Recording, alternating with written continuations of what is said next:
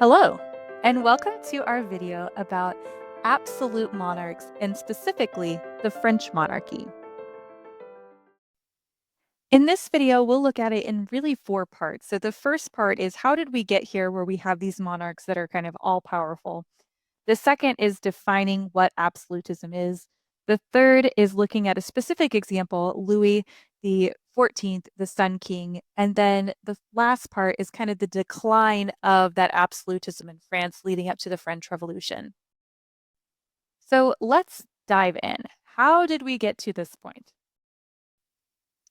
Well, we just reached the end of this time period with the 30 Years' War, where Europe had gone through a ton of chaos. So think, the religious wars during this time period. People were tired of this instability. And monarchs are going to see this as a chance to take control and say, you know what? Maybe all this chaos could go away if we had stronger, more centralized power like me. Also, the Catholic Church lost some authority after the Protestant Reformation, and a new player entered the game, the merchant class. Kings liked them because they brought in money and they didn't have the same power or ambitions as nobles. And so we start to see kings really favor merchants and policies that affect merchants over nobles. Now, in most of the major countries we've been talking about in this course, kings are going to start taking power away from the nobility. The nobility had traditionally controlled armies. So remember, going back into feudalism, local lords, they were in charge of their own soldiers, and those soldiers were loyal to them, not the king. So it makes sense that over time, especially when you're trying to create a more centralized state like these monarchs are, you would want your nobles to be a little bit less powerful. Plus, we've got new weapons meant to kind of like stabilize these armies more and make them more effective. We also see the only place that like kind of isn't experiencing this exact same thing is going to be in England. There is some check on the power to the King of England through the Magna Carta and eventually Parliament. But of course, we know with Henry VIII, that doesn't mean that he still can't do pretty much most things he wants. But especially in France, kings can pretty much do whatever they want. And that's where we get this period of absolutism. Now, even though kings wanted more power, they weren't looking to totally dominate Europe. After the Treaty of Westphalia in 1648, the idea of balance of power became important. Basically, if one country got too strong, others would form alliances to bring them back down. And it's a theme that we'll see a lot that comes up over in European history. We also see monarchs are going to start to use lots of different styles of diplomacy to kind of further their agendas. Okay, now that we've set the stage, it's time for us to actually define absolutism. Like, what does it look like if you just see it out, in the European wild? This is when a monarch holds all the power, making laws, collecting taxes, running the army, deciding foreign policy, all of those things without having to answer to parliament or any sort of written constitution that might protect the rights of the people and limit what they can do. We'll see that there is the growth of bureaucracy during this time period, but it's going to be from the merchant class, not the nobility who traditionally held power. Because remember, these absolute monarchs are very fearful of the nobility. And then we also see that they believe in what's called divine right. So this idea that God chose them to rule. So questioning the king is like questioning God, which is a pretty powerful argument to make. We also see lots of these absolute monarchs. They're going to use these monumental pieces of architecture to kind of like show their wealth and prestige and kind of be a message to their people about that divine right. So you can see from the image here on the screen kind of what the power hierarchy looked like at this time with the king or queen at the top, the bureaucracy standing army right underneath them, and then the newly rising class power and kind of the feudal system, some of those remnants of that kind of backing the bottom part. And again, no written constitution or Bill of Rights. And one of the big key pieces here is that there might be some representative bodies but they're really not going to be called to meet. It's going to be pretty intentional that they're left out of really important conversations.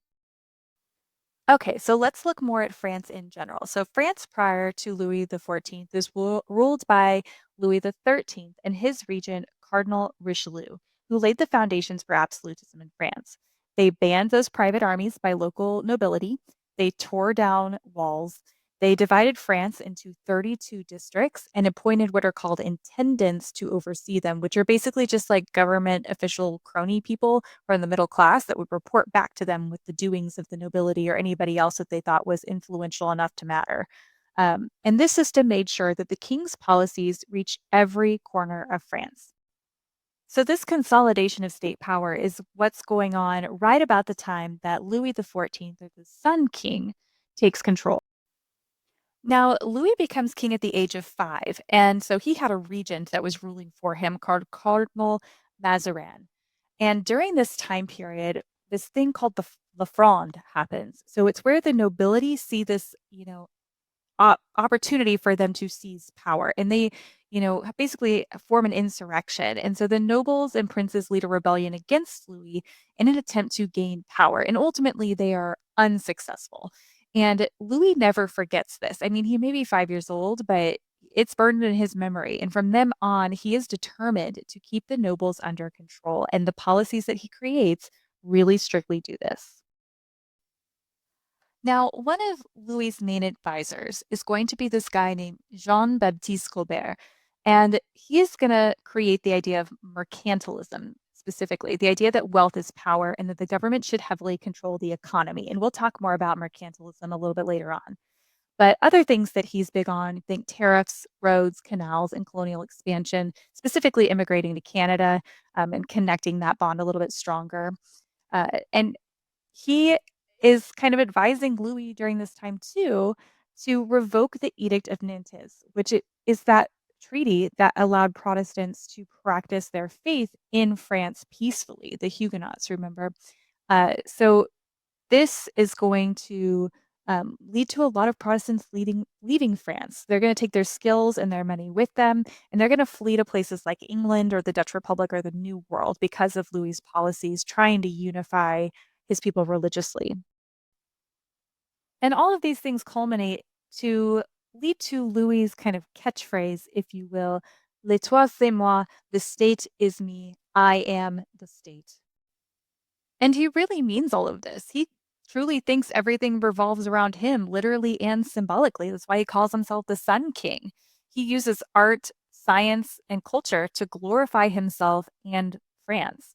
He's going to set up academies all over France to further that knowledge. And then he also is going to build this grand palace of Versailles to display his wealth and power. And that's the pictures that you see here on the screen. Versailles started off as a simple hunting cabin, not really a cabin, estate, and he transforms it into the like palatial palace that you see on the pictures here. It was very expensive to build, and we'll talk kind of more about the implications of that later. But it's used to show off his wealth and his power to people abroad and also to the French aristocracy. So he invites people to stay at Versailles for large parts of the year, and he invites nobles for things like parties, hunting, plays, and he does all of this so that he can keep tabs on the nobles to make sure that they don't revolt against him like they did when he was younger. Which kind of leads us to our next point, the eventual decline of France. Those of you that already know a little bit about French history know that we're only 2 Louis away from the one who gets his head chopped off in the French Revolution. So you must be wondering, how do we go from this peak of French art, culture, society, absolutism to that eventual decline of the French Revolution? Well, this is really where it starts. We start with the wars. So Louis spends a lot of money to update and modernize the national army. And he gets it up to about 300,000 soldiers, which is the largest in Europe at this time. And he launches several wars trying to expand France's borders and influence, especially into the Dutch Republic and the Spanish territories.